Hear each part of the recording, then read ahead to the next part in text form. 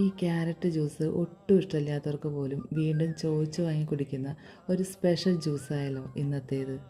സാധാരണ ഉണ്ടാക്കുന്നതിനേക്കാൾ നല്ല രുചിയും ഗുണവുമുള്ള നല്ല ക്രീമായിട്ടുള്ള ഒരു ക്യാരറ്റ് ഡേറ്റ്സ് ഷേക്ക് ആട്ടോ അത്.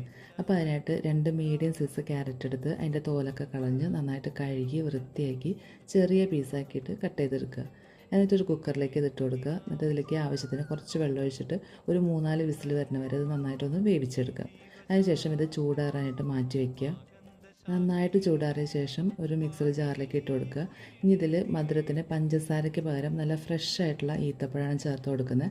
അപ്പോൾ ഒരു 4-5 ഈത്തപ്പഴം കുരുവൊക്കെ കളഞ്ഞ് ഇതിലേക്ക് ചേർത്ത് കൊടുക്കുക. ഇനി വേണ്ടത് പാലാണ്. അപ്പോൾ ഒരു ഗ്ലാസ് പാല് 1/2 ഗ്ലാസ് പാൽ ഒഴിച്ചിട്ട് നന്നായിട്ട് ഇതൊന്ന് അടിച്ചെടുക്കണം. അതിനുശേഷം ബാക്കി പാൽ ഒഴിച്ച് കൊടുക്കുക. അതുപോലെ തന്നെ 1 സ്പൂൺ വാനില എസൻസും ചേർത്ത് കൊടുക്കുക. വാനിലയുടെ മണം ഉണ്ടല്ലോ ഈ ജ്യൂസിന് ഐസ്ക്രീമിൻ്റെ ഒരു ഫ്ലേവർ തരും കേട്ടോ.